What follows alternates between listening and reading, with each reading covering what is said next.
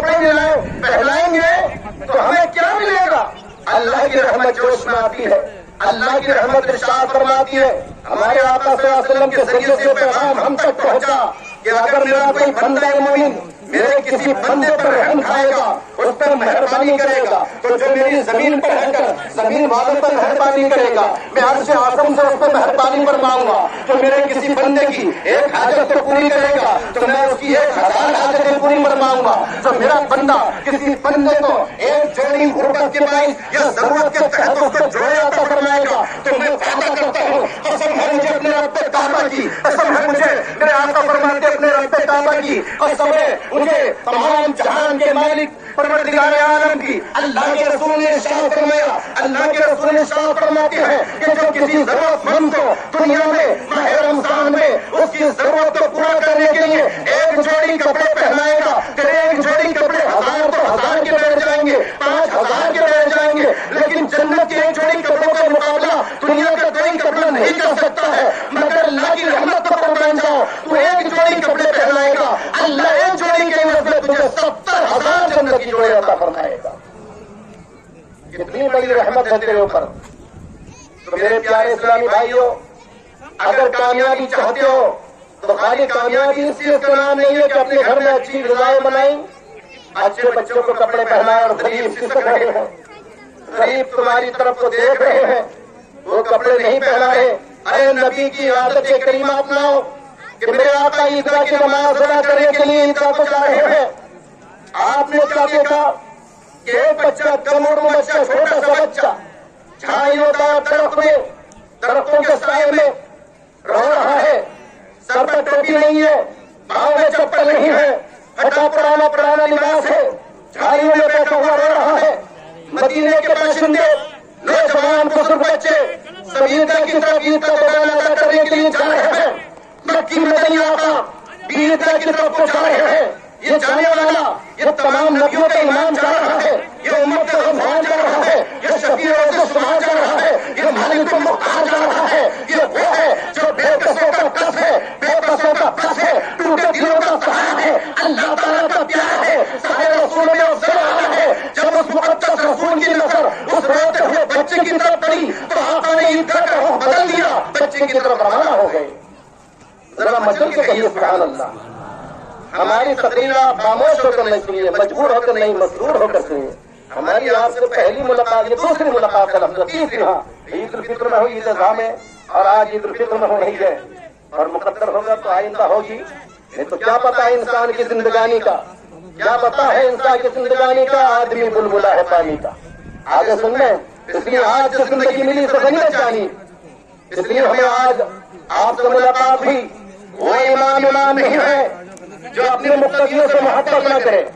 آپ کی یہ خاتمہ آپ کا شہر جامع مسجد سے آتا تھا، عیدگاہ سے رخ بدل دیا، بچے کی طرف رخ کر لیا۔ آئے بچے، سلام پیش فرمایا میرے آقا نے، بچے کو سلام کیا۔ آج ہم تو بڑوں کو سلام نہیں کرنا چاہتے، بہت سے اپنے ماں باپ کو سلام نہیں کرنا چاہتے، اپنے تایا ابا کو، چچا ابا کو سلام نہیں کرنا چاہتے، بڑوں پر ادب نہیں کرتے۔ لیکن میرے پیارے، یہ آقا کی ذات ہے کہ آقا نے بچے کو سلام پیش فرمایا۔ میرے آقا نے فرمایا بیٹے، مدینے کے سارے بچے اچھی اچھی ڈریسیں پہن کے، ٹوپی پائجامہ سب کچھ پہن کر مدینے کی عیدگاہ پہ جا رہے ہیں، نماز عید ادا کر رہے ہیں، لیکن تم عجیب ہو، یہاں رو رہے ہو۔ کیا وجہ ہے ایسی کہ تم بجائے خوش ہونے کے رو رہے ہو؟ سارے بچے خوشیاں منا رہے ہیں۔ بچے کی اور چیز بلند ہو گئی، جب بچہ رویا تو میرے آقا بھی رو دیے۔ اللہ اکبر، میرے آقا بھی رو دیے۔ کس لیے رو دیے؟ کیا یہ میرے آقا کا بیٹا تھا؟ کیا میرے آقا کی فاطمہ تو زہرا کا لقب ذکر تھا؟ نہیں، مدینے کا ایک عام بچہ تھا۔ میرے آقا اس بچے کے لیے روئے اور ارشاد فرمایا بیٹے کیوں رو رہے ہو؟ کہا یا رسول اللہ میں آج یوں رو رہا ہوں، میں نے دیکھا مدینے کی مارکیٹ بھری ہوئی ہے، ان کے والدین اپنے بچوں کے لیے اچھی اچھی ڈریسیں شاپنگ کرا رہے ہیں، ڈریسیں خرید رہے ہیں۔ بچے اپنے باپ سے مچل کے کہہ رہے ہیں ابا ہمیں یہ ڈریس لائیے، یہ ڈریس لائیے، مگر میرے آقا میں قربان جاؤ تجھ پر، میں یتیم ہوں، فلاں جنگ میں آپ کے ساتھ میرے باپ کا انتقال ہو گیا، جانے شہادت نوش کر گیا، میری ماں کا سایہ بھی اٹھ گیا، میرے باپ کا سایہ بھی اٹھ گیا، میں اپنے باپ کی اکلوتی اولاد ہوں، چھوٹا سا بچہ ہوں، گھر میں کھانے کے لیے تو دانا نہیں، پہننے کے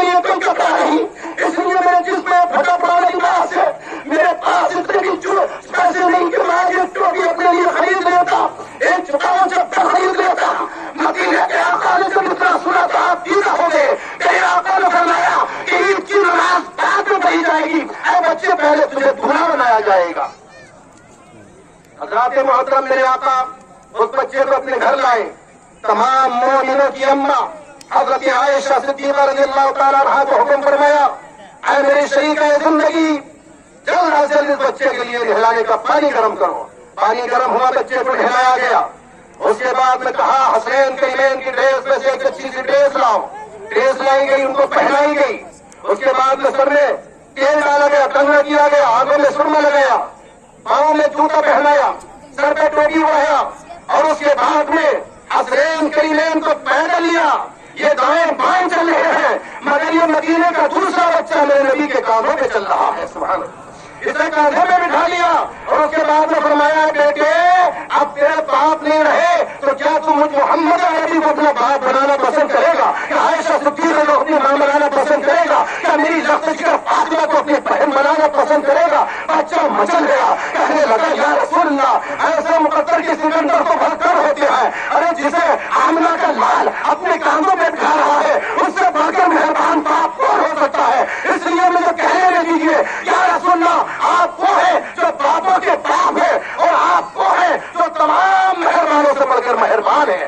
اس لیے آقا یہ میری جان آپ پہ قربان ہے کہ مدینے کے کسی فرد نے میری ضرورت کو نہیں سمجھا, مگر آمنہ کے لال تو نے میری ضرورت کو سمجھ کے میری ضرورت کو پورا کروا دیا. تو میرے پیارے اسلامی بھائیوں, میرا کہنے کا مقصد ہے یہ کہ نبی نے ہمیں یہ ذہن دیا ہے, یہ زندگی میں کوئی اگر ایسا پریشان دیکھو تو پہلے اس کی خوشی پوری کرو, بعد میں اپنی خوشی پوری کر لو. اگر وہ راضی ہو گیا تو قسم خدا کی اللہ اور اس کا رسول راضی ہو جائے گا, اور جس سے اللہ اور اس کا رسول راضی ہو جائے اس کا بیڑا پار ہو جائے گا. اس لیے میرے پیارے اسلامی بھائیوں, آپس میں محبت کا